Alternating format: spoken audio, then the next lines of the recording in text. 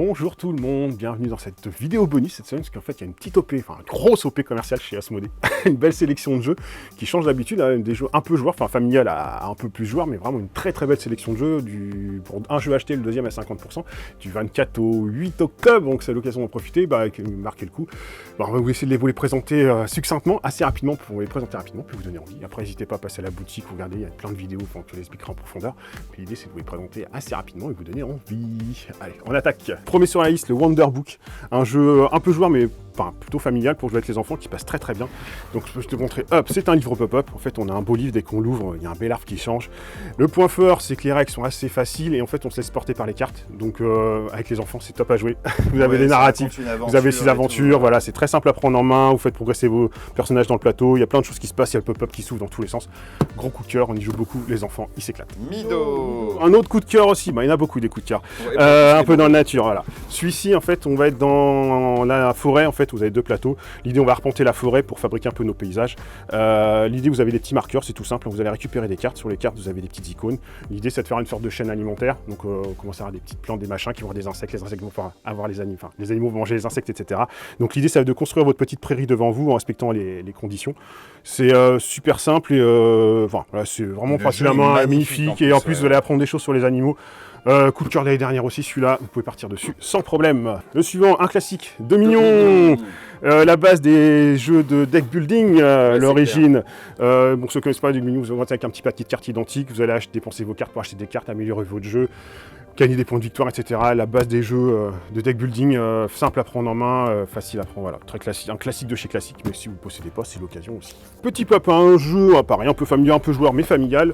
L'idée, ça va être, on est dans la forêt, on va essayer de construire nos petits bâtiments pour marquer des points, mais pour ce faire, ce qui est là, 2 trucs intéressants dans ce jeu-là, c'est qu'on va pas jouer dans un sens horaire classique, on va pouvoir définir les priorités, et surtout quand on va construire des bâtiments, on a cette petite tortue carapace qui se balade, et c'est qu'en fait, quand vous allez construire quelque part, la tortue où vous allez mettre votre bâtiment, ça va déplacer la tortue en fonction de l'orientation. Ouais. Et en fait, grosso modo, vous allez un peu casser les pieds des autres joueurs dans la construction de bâtiments. Donc en fait, ça permet de jouer gestion de ressources, construction, mais avec une mécanique où on peut pas trop prédire ce que va faire l'autre et donc anticiper les coups, parce qu'il y a ce côté un peu...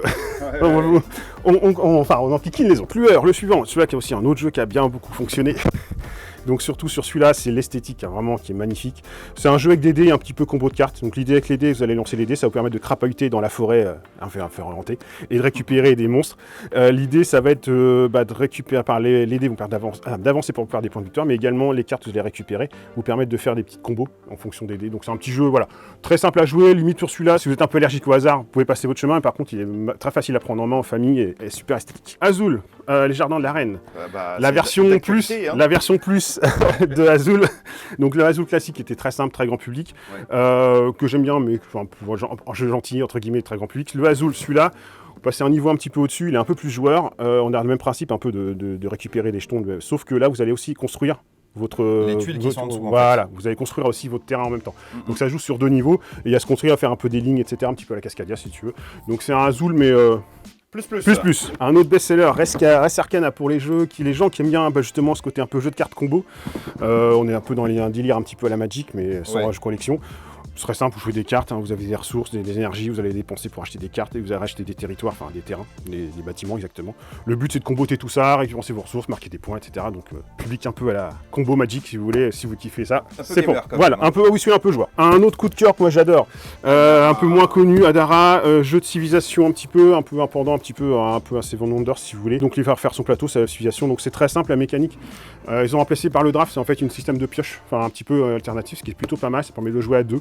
Les règles sont faciles à prendre en main, voilà, vous avez la civilisation, la culture, les militaires, etc. Vous allez collectionner les cartes, avoir de la ressource, mais c'est très simple à prendre en main, c'est un énorme coup de cœur, et celui-là c'est une bonne vente du magasin. Canvas, le suivant, encore un classique. Là vous allez jouer les artistes peintres. Ouais, il est trop bien ce jeu. Donc celui-là, c'est qu'en fait vous avez des feuilles avec des celluloïdes, le but c'est un peu un concours de peinture. Vous allez devoir dépenser des ressources un petit peu pour acheter des cartes, des cartes transparentes celluloïdes. Le but c'est de les superposer pour réussir à réaliser une peinture. Le truc c'est qu'il y a un peu des contraintes, soit par des couleurs ou des icônes. Vous ne pouvez pas faire ce que vous voulez. Et en fait, il y a des contrats à faire pour marquer des points de victoire. À vous de réaliser les peintures les plus judicieuses pour marquer des points. Et voilà, là, c'est très joli. Encore un coup de cœur. Paléo, un jeu que je kiffe beaucoup. Là, on va incarner des bandes de Cro-Magnon. On va faire. Le but, c'est de réaliser des peintures rupestres. Donc, c'est un jeu coopératif. On va jouer tous ensemble. On a chacun notre pioche. On va révéler quelques cartes, mais on ne sait pas ce qu'on révèle au démarrage. On a des indices, mais on ne sait pas ce qu'on fait. L'idée, c'est de mettre un peu nos actions en commun pour aller soit récupérer de l'œil du pire, de la bois, de la nourriture, etc. Pour avancer dans le jeu, pour réaliser des objets, etc. Pour avancer dans le jeu et gagner, réaliser cette peinture. Le truc, c'est que on joue un peu contre la montre, comme les jeux un petit peu à la pandémie. C'est que si vous chassez trop de gibier, après, il n'y en a plus, vous perdez. Le jeu est assez progressif. Les premiers sons, ça va, puis après, ça devient assez ardu. Très bon jeu coopératif. Allez, on va changer un peu de style. Mémoire 44, un autre classique, là, si vous voulez faire du wargame accessible, familial. Pour pas cher. Donc là, vous avez un plateau, grosso modo, vous avez un qui va faire les alliés, là, l'armée du mal, enfin l'axe, voilà. Et l'idée, c'est un petit wargame tout simple, ça joue avec des cartes actions. C'est facile à prendre en main, à partir de 8-10 ans, vous pouvez jouer, c'est clé en main, si vous voulez un peu vous essayer un petit peu wargame de stratégie. C'est un bon classique, c'est l'occasion d'y passer. Allez, on va passer un petit coup de Dungeon Crawler avec du Gloomhaven. Alors, il y a le Gloomhaven Mastodonte, gros jeu. Et le Mâchoire du Lion, une version un peu allégée, plus facile d'accès. Si vous voulez vous essayer un peu du jeu de quête, celui-là est plus accessible et un bon jeu. Donc les 3 suivants d'un coup, les 3 JCE, 3 bons JCE. Alors JCE, c'est le jeu de cartes évolutif, donc là vous n'êtes pas comme de Magic, vous avez un jeu tout en un, il n'y a pas de collection.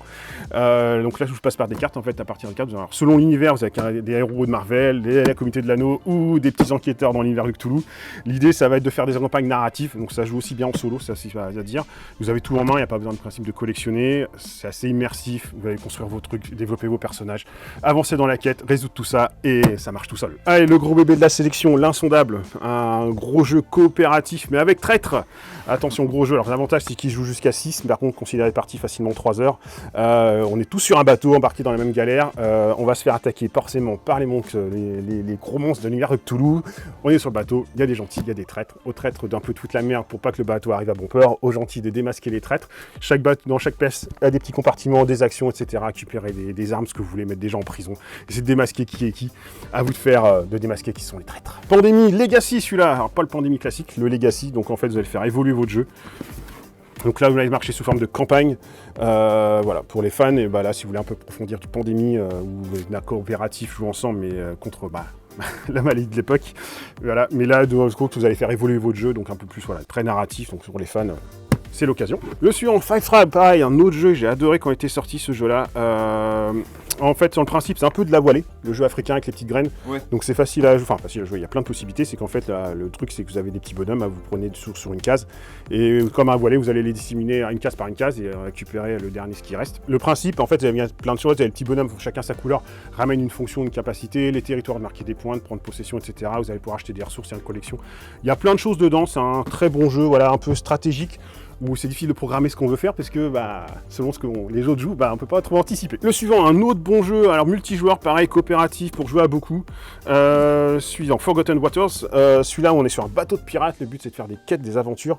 Donc en fait, il est un petit peu abstrait. C'est grosso modo, vous avez un livre-jeu et un plateau pour le bateau.